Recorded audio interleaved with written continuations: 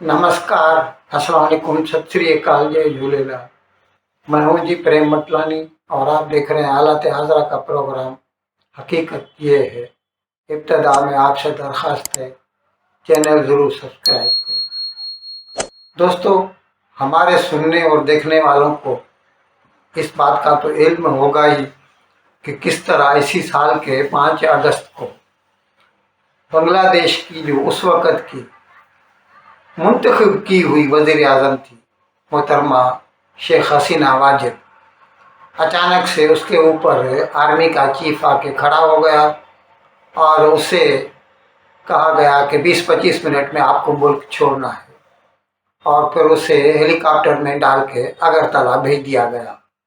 जिसके बाद से फिर वो वहाँ से दिल्ली चली आई हिंदुस्तान के हवाई जहाज़ में, जिसके बाद से अब तक वो दिल्ली में क़याम पजीर हैं। अब जब से वो यहाँ पे आई हुई हैं, वैसे तो वो खामोश रहती हैं। सिर्फ जब भी ये 5 नवंबर को अमेरिका में इलेक्शन हुए और ट्रंप जीत गया, तो ट्रंप को उसने मुबारकबाद भेजी थी और उसमें इस बात का इज़हार किया था कि कानूनी तौर पर अब तक वो बांग्लादेश की वज़ीर आज़म है।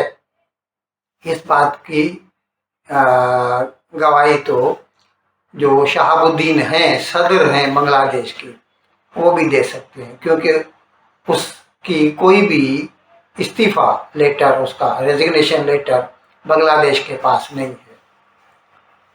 अब कल क्या हुआ कि न्यूयॉर्क के शहर में जो बांग्लादेशी रहते हैं, उनमें जो लोग अवामी लीग के सिंपथाइजर्स हैं, उन्होंने एक फंक्शन मुनक्किद किया। और फंक्शन तो था वैसे तो 71 की 16 दिसंबर को, जब पाकिस्तानी फ़ौजों ने भारत की फ़ौजों के आगे हथियार डाले थे और उसके बाद से फिर बांग्लादेश आज़ाद हो गया, नया मुल्क बन गया।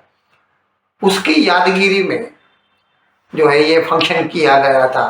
16 दिसंबर आने वाली है, कल ही उन्होंने 4 तारीख को कर दिया, और ऐसे वो सेलिब्रेशन चलती रहती है। तो उस फंक्शन को मोहतरमा शेख हसीना वाजिद ने दिल्ली से ऑनलाइन खिताब किया।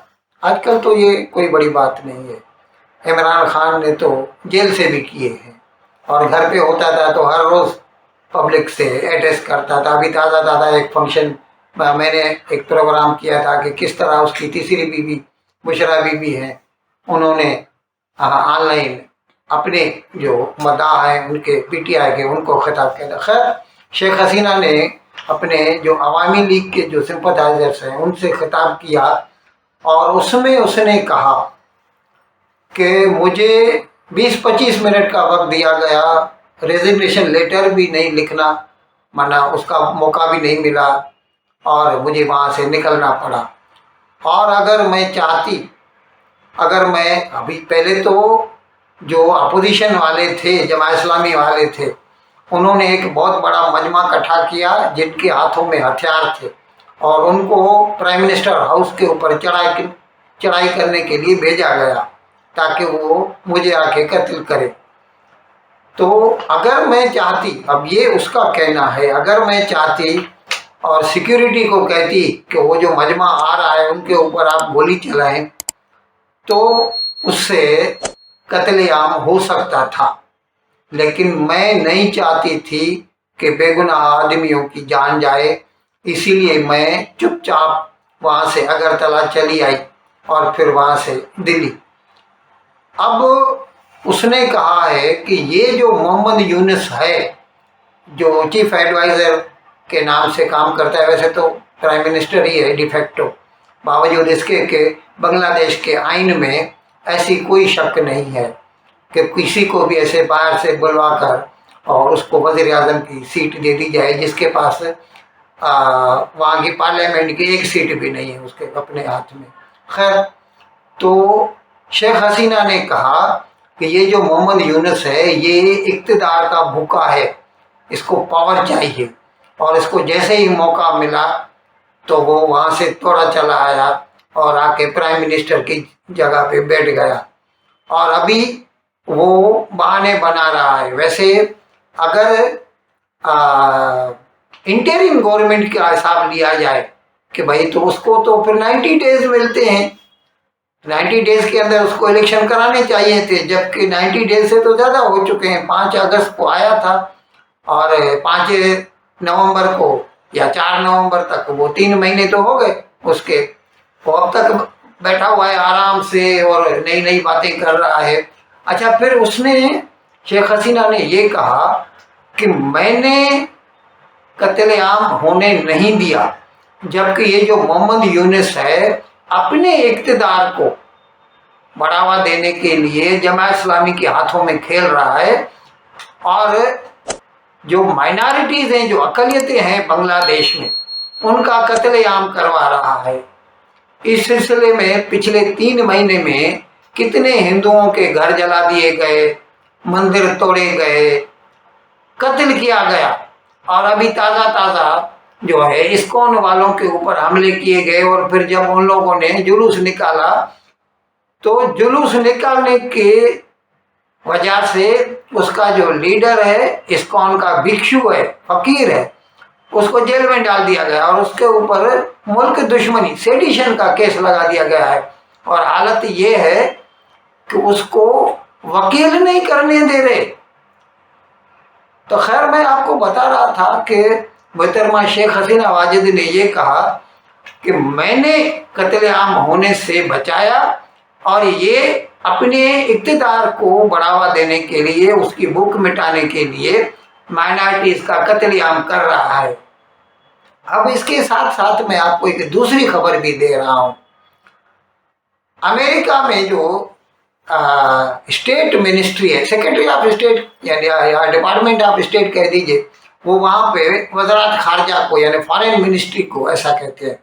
जैसे हमारे यहाँ मिनिस्टर ऑफ एक्सटर्नल अफेयर्स होता है, तो वहाँ पर सेक्रेटरी ऑफ स्टेट होता है, जो कि इस वक्त तो एंटोनी ब्लिंकन है। उसके डिपार्टमेंट का जो डिप्टी स्पोक्स पर्सन है, एक गुजराती बंदा है, वेदांत पटेल।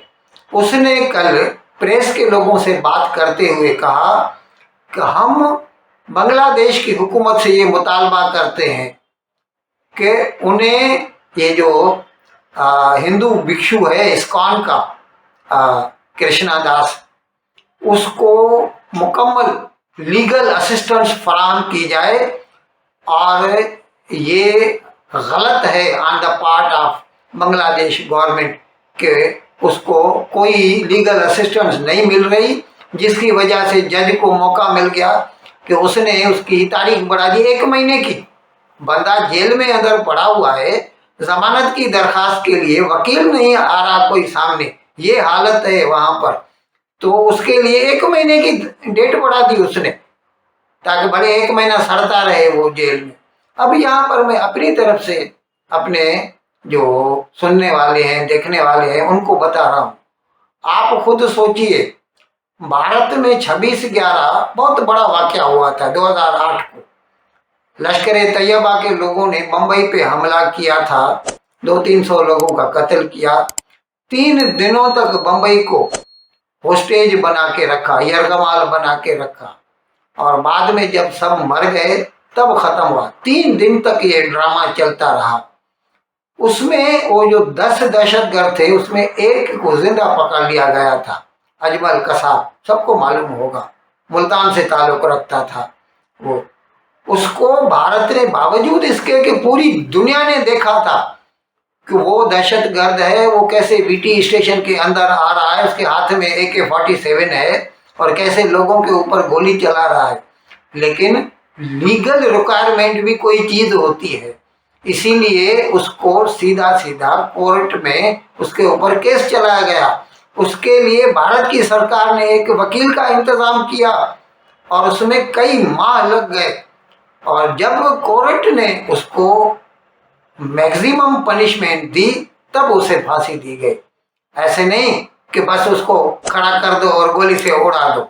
और ये अभी बांग्लादेश में सिर्फ वो जो भिक्षु है इस्कॉन का, उसने सरकार के खिलाफ एक जुलूस निकाला कि हमें प्रोटेक्शन चाहिए, सिक्योरिटी चाहिए, तो उसके ऊपर सेडिशन का केस, और उसके लिए जमानत के लिए कोई वकील तैयार नहीं हो रहा। जाहिर है उनको धमकियां दी गई होंगी, आप इसकी वकालत करेंगे तो आपको नहीं छोड़ेंगे। तो ये है डेमोक्रेटिक कंट्री। आप खुद सोचिए क्या हालत है। और इसके लिए अमेरिका वालों ने उनके ऊपर जोर डाला है कि कोई भी बंदा हो, और ख़ास तौर पर इस्कॉन वाले, उनको ये सरकार का फर्ज बनता है कि लीगल असिस्टेंस फराहम की जाए।